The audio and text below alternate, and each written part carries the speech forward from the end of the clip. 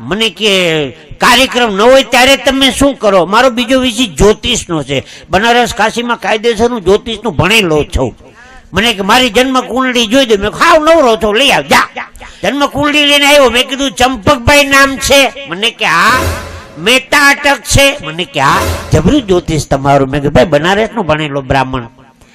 મેં કીધું ધર્મપતિનું નામ મધુકાંતા નામ છે? મધુ?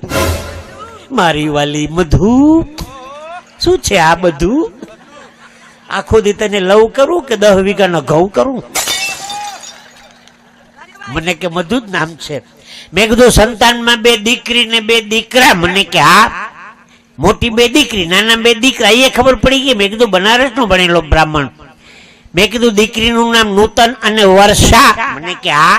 દીકરાના અભિ અને નંદન? નૂતન વર્ષાભિનંદન? મને કે હા. એ ખબર પડી ગઈ. મેં કીધું બનારસનો ભણેલો બ્રાહ્મણ.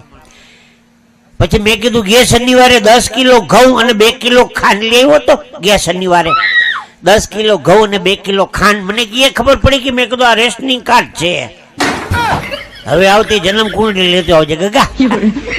હવે એમાં તો બધું લખ્યું જ હોય. પાછું બનારસનો ભણેલો ભાઈ ભાઈ.